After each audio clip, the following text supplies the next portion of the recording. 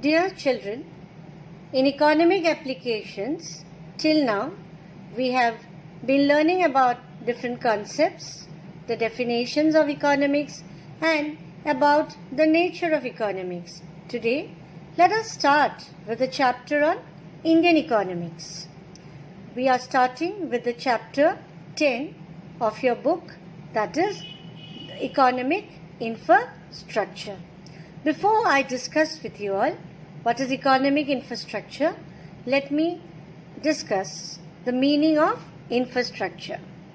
The word infrastructure actually refers to those services and facilities available in a country which acts as the backbone and determines the amount of progress that can be achieved in a country.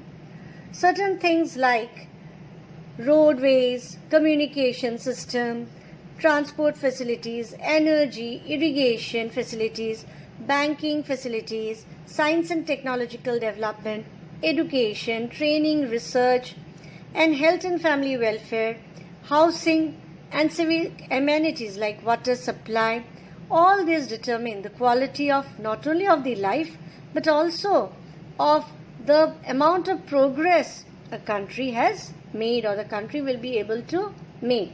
These facilities are necessary for the progress of a country. By infrastructure, we refer to communication system, roadways, railways, then energy system, then education, healthcare facilities, and many other facilities such as housing, water supply, science and technology, banking facilities. All these facilities are referred as together as a collective term. We refer to these services and facilities as infrastructure. Okay? They all come under infrastructure. Now, why these facilities are very important? These facilities or infrastructure are of great importance in a country because it works as the base of an economy. It helps in sustaining the economic development. If these facilities are not there, progress cannot take place. The quality of life of the people will not be good. In fact, when the infrastructure is good, it reduces mortality rate both of child as well as of the adult. And also, electricity in the home can reduce the need to burn fuels for light and cooking, so it will reduce pollution.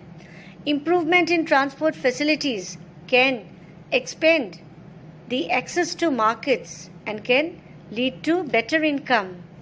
Proper water and energy infrastructure can also reduce the cases of waterborne diseases, and it will also lead to gender equity or equality.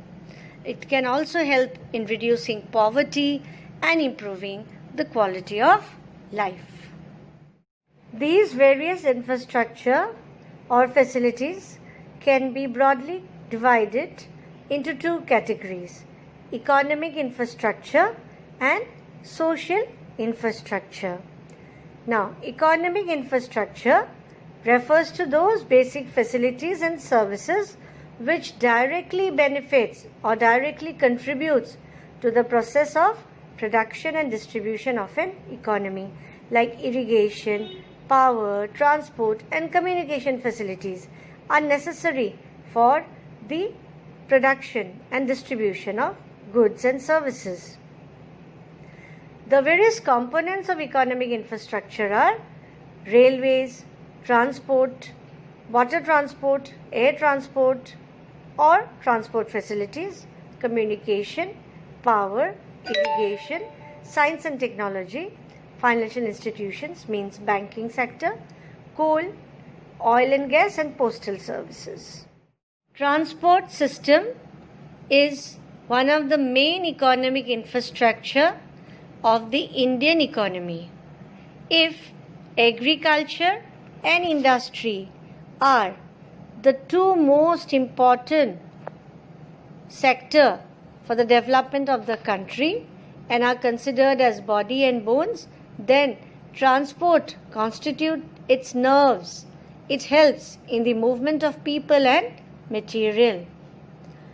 In fact, a good transport and communication system can lead to the development of a country because the transport system helps to broaden the market for goods.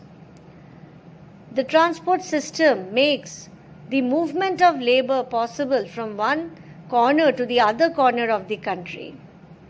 Transport development helps in better and fuller utilization of resources. We know India is a naturally rich country with lots of resources, but for the utilization of these resources, we need proper transport facilities so that even the most backward region can be connected with the factories, industries, or to the developed parts of the country, so that easily these resources can be brought to those areas where the industries are located.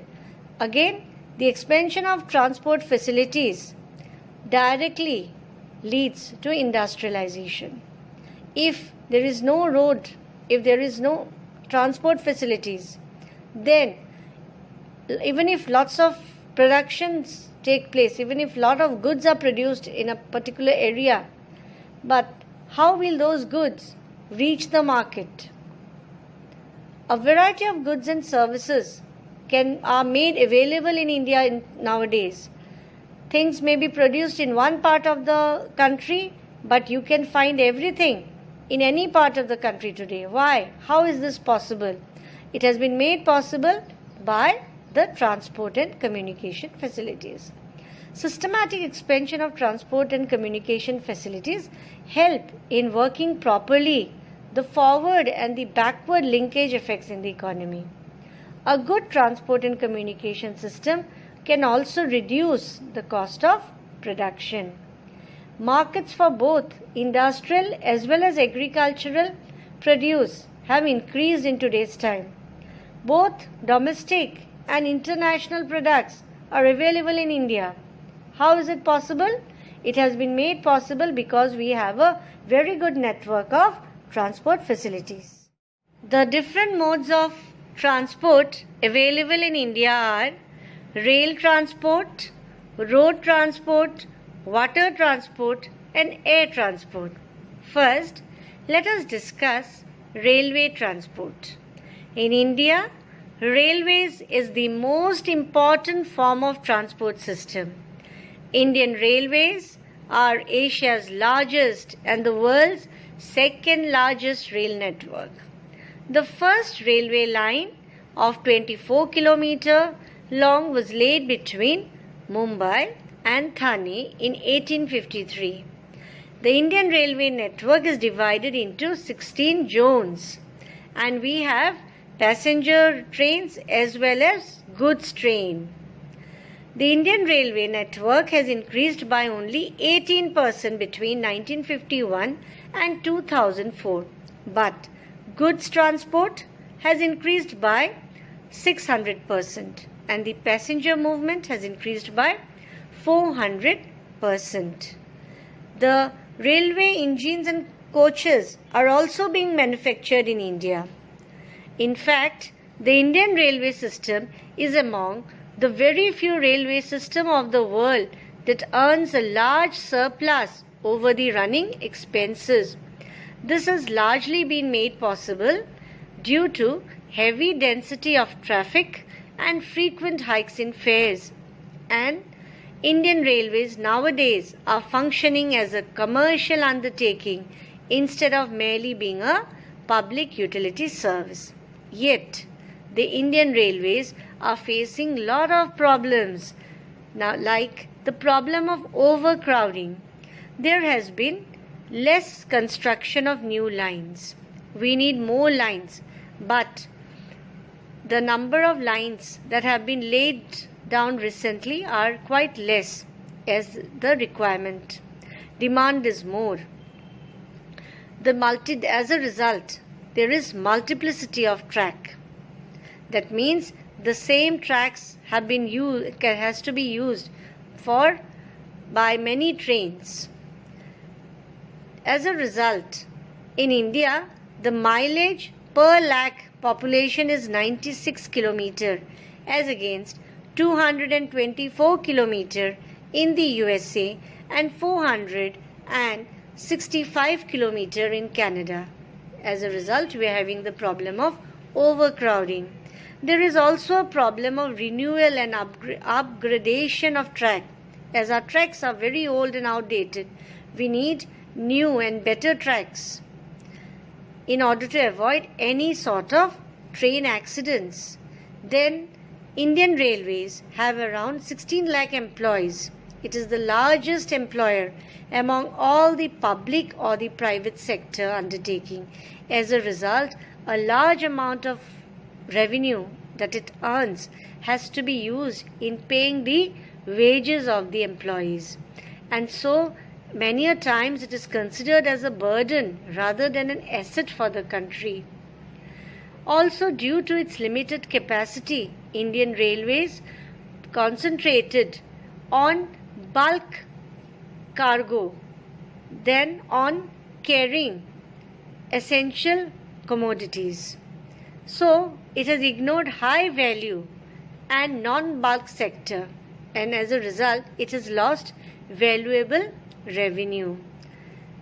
Indian Railways are far behind international standards. Only 40% of the total rail tracks have been electrified routes so far. Railways are losing heavy amount of money also due to widespread corruption and theft. Yes, thefts are also taking place in the trains. Railway properties are stolen due to negligence of the railway security staff. Then we have ticketless travelling, also a major problem of the country. It is estimated that because of all this, the Indian Railways have to incur a loss of about 500 crore every year.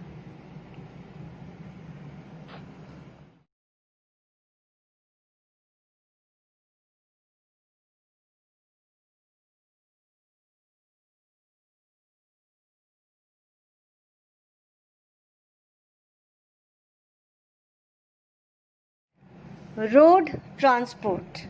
India has the second largest road network in the world. In 1950, the total road length was only 4 lakh kilometer, and in 2005, the total road length became 33 lakh kilometer. The country's road network consists of national highways, state highways, and also district roads, village and rural roads. The national highways comprises of only 2% of the total length of roads, while it carries over 40% of the total traffic. Road transport has many advantages, like it is useful because it can be used for variety of vehicles. It is more convenient and flexible since it makes possible the delivery of goods at the doorstep of the client. Road construction needs less capital than railway construction. It provides direct employment generation in the country. It also helps in agricultural and industrial development. However, the road transport in India also faces a lot of problems, like road length is inadequate and there is high burden of taxes and inefficient management of services. There are large tracts of rural roads that are not properly maintained. They are still mud roads. There is heavy pressure on the national highways. As a result, road accidents are very frequent in India. Water transport. Water transport is a cheap and energy efficient mode of transport for bulky goods. It has been a very popular means of transport because very less amount of expenditure has to be incurred in using water transport, because no roads or tracks have to be constructed. So only the maintenance cost of the fleet of ships has to be made. Water transport is also very useful for transporting heavy and bulky goods. A particular ship can carry lakhs of tons of goods at a time. It is also used for transportation of petroleum from the Middle East countries to India because we lack in petroleum deposit. It is also very fuel efficient and environment friendly means of transportation. Water transport can be broadly divided into inland water transport and shipping. Inland water transport was very popular in India since the ancient times in the states of Assam, West Bengal and Bihar. There were 122 shipping companies. In 2001, there are 12 major and 184 ports in India. The main problems of water transport are inadequate infrastructural support like ship repair facilities, dry docking and cargo handling facilities. High operating cost is also involved at times. The Indian container fleet is almost negligible and faces a lot of competition and discrimination. Air transport is also one of the most important means of transport in India. In recent times, air transport is becoming more and more important because the world has become a global village. So it is the fastest means of transport to travel. One can reach one's destination in a few hours, covering hundreds of kilometers. It is very important because it connects different continents and also connects different countries and also different states. It is also very suitable for transporting perishable commodities like fruits and vegetables, medicines. It has also proven very important during times of natural calamities for saving people or for supplying basic requirements. Air transport in India has been very popular also because it is the fastest means of transport. India's aviation industry or air transport industry is the second largest in the world. In India, air transport began in 1920 and the Civil Aviation Department was set up in 1927. The first operational domestic air services was provided by Indian Airlines Limited. Now we also have private airlines like Jet Airways, SpiceJet and Air India Limited and a lot of foreign airlines to provide international services. The Airport Authority of India manages the different airports. In recent times, there has been a phenomenal increase in the volume of air traffic. Air transport in India has been facing a lot of problems due to rise in operating cost. Many of the aeroplanes are outdated and hence are not very safe. There are also lack of facilities for training a large number of pilots. Air transport in India finds it difficult to compete with the other world airlines. In my next video, I will discuss with you all the other infrastructures like communications,